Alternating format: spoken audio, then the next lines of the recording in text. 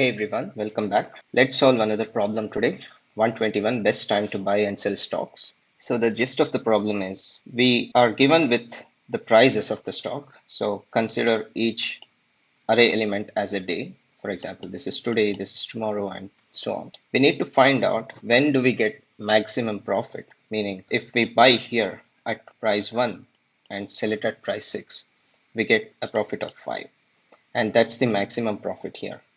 And if you see the array elements, none other elements give you that maximum amount of profit what these two combination will give. Similarly, in example 2, there is no max profit. For example, buy at 7 and sell at 6, you will be at loss. So since everything is decreasing here, there is no way you can find a combination to make profit. In that case, we return 0. So what's the approach of this? Let me take this pointer here as today. These are the number of days. These are the days. This is today, tomorrow, and so on and so forth. The task is at the end of all the days, you should be in a position to identify which day would be the better day to buy a stock and which day would be a better day to sell the same stock. So you can choose that and you can keep updating the buy price and sell price. So for understanding, I have got some pointers here. This is today, and let's take this as a buy pointer which points to 7 initially, and I'll take the same as sell price. The reason I'm doing this is, let's say we have only one day, and if we have only one element, meaning only one day, what happens? You need to buy on the same day and sell on the same day no matter what, because you have got only one day. So that's the idea. So I'll make this as the starting point, and as we go from tomorrow, meaning if the next day becomes today, we'll start computing this array elements. So let me bring back the other days here. Let's write some variables here. I got buy price, which can be updated, but for now I'll take on the current day, which is 7. And I've got sell price, which I'll take the same thing as 7 initially. When we update today, for the next day, we need to check today is the price 1. So is it better to have the buy price at 7? Should we buy really at 7 when the stock is available at $1? Not really. So in this case, we will be updating the buy price. So when we update the buy price, it means that we got a better deal. We got the buy price at $1. So we are now buying at 1. And do you think you can sell at 7? Yeah, that would be better. Like buying at 1 and selling at 7 would be great. But the thing to notice is we are already at today. So we bought today and we cannot sell it at yesterday, right? So that's the rule of thumb.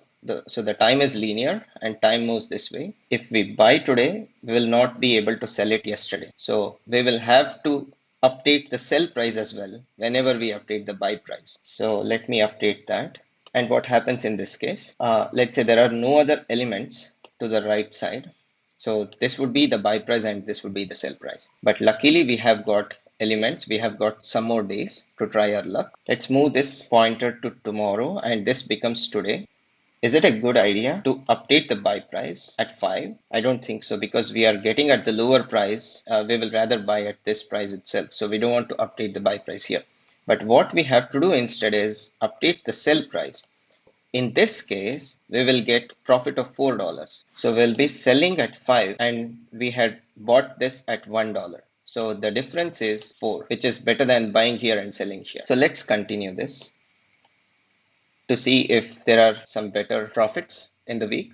So here, if you check, buy price is less in index 1 rather than moving to index 3. So it's not better to buy here. It's better to stay here because we got a better deal of $1. And also, is it better to update the sell price? If we update the sell price, the profit goes down because we sell it at 3 and 3 minus 1, which is sell price minus buy price, would be 2. But if it was here, the sell price would be more, 5 minus 1. So I'll just keep the sell price here. So what I'm doing, if you carefully notice, is when the price drops, I'm not updating the sell price. When the price is very low, I'll update the buy price.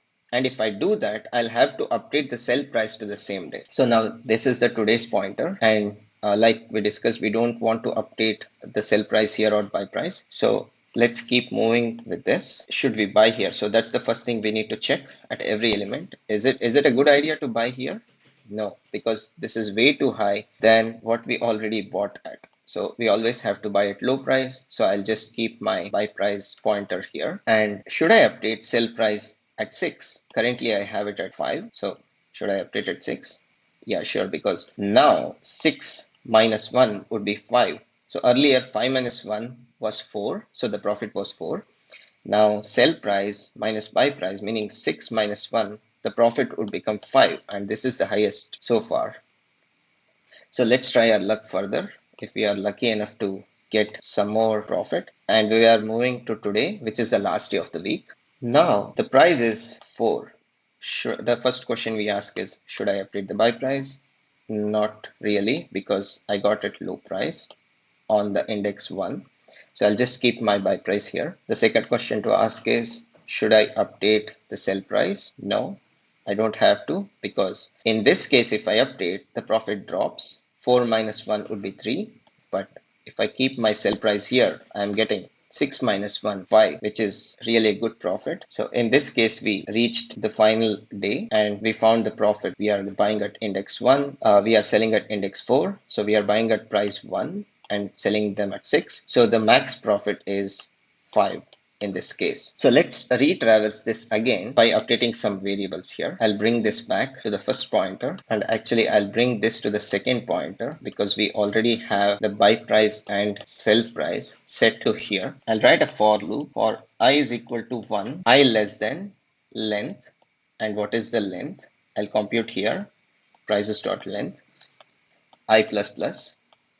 My element starts from here and ends to here. My traversal starts from here and ends till here. So what is today pointer? So today is basically prices of 1, prices array of 1. So as this today moves, the prices of I, so the I updates. So let today is equal to prices of I. Prices of 1 will be today. Okay, so now we check, is buying here a good idea? Meaning we have the buy price at 7. So is buying at 1, price 1 is a good idea?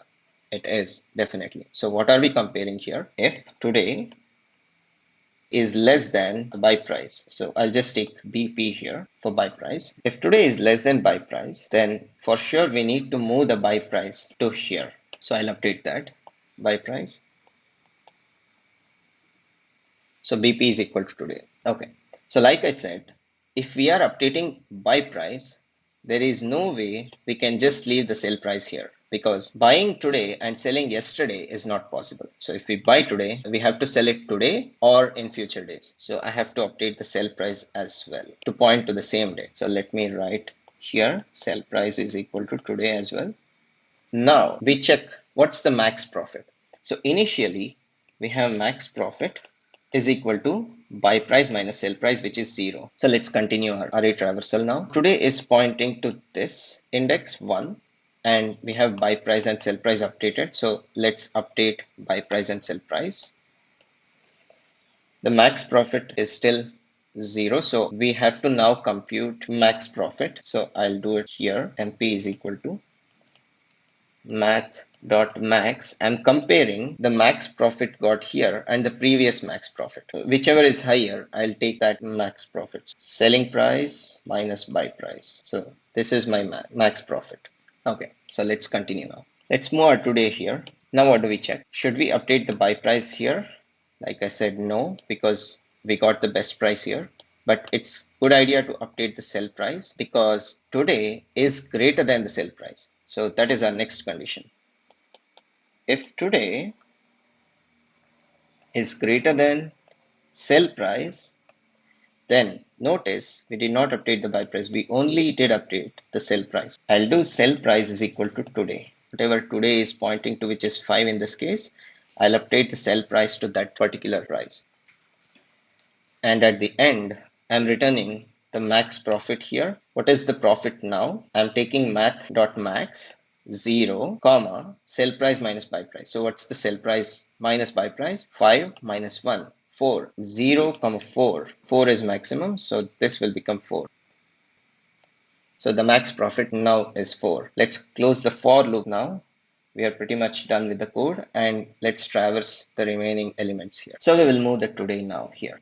I is pointing to third index. Today will become prices of 3. Today is 3. So we check, is 3 less than buying price? So is 3 less than 1? No, it's not. So we will not enter this code. We check, is today greater than selling price? Is 3 greater than 5?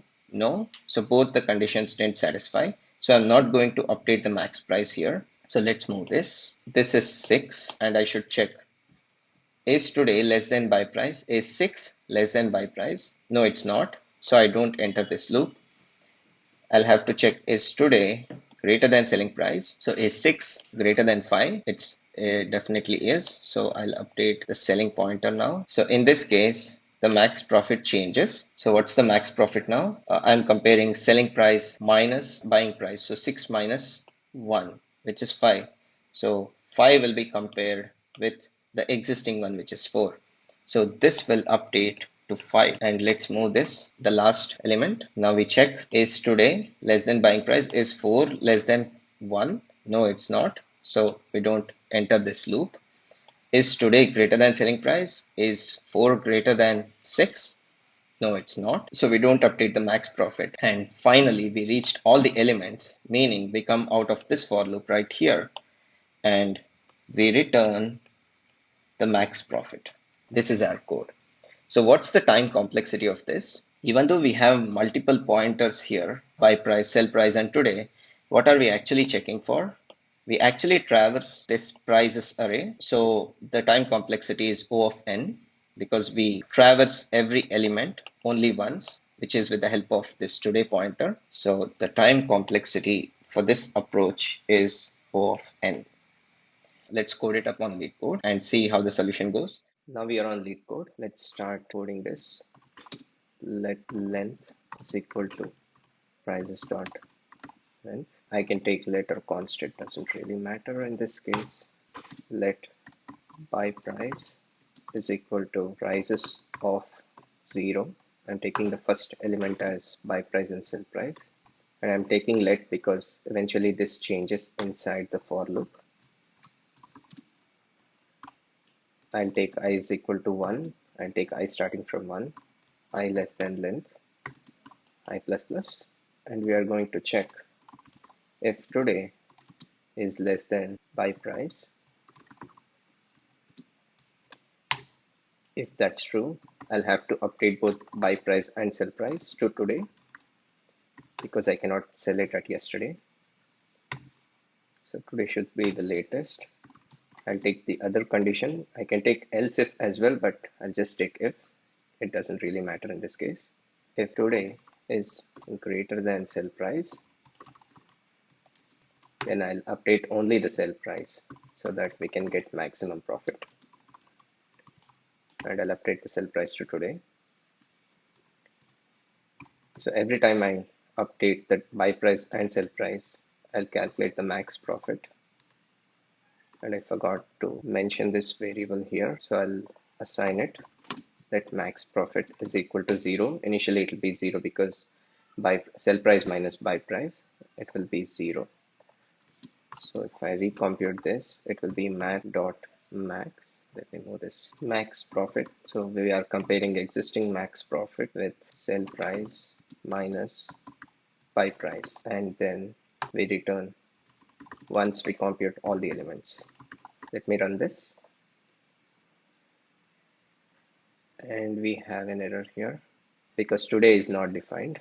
Yeah, so let's define today. Today is equal to prices of I. Let's rerun this again. Yeah, this got accepted. I'll submit it now. And you see it's 95% faster than other JavaScript solutions. So that's about the approach. Thanks for watching.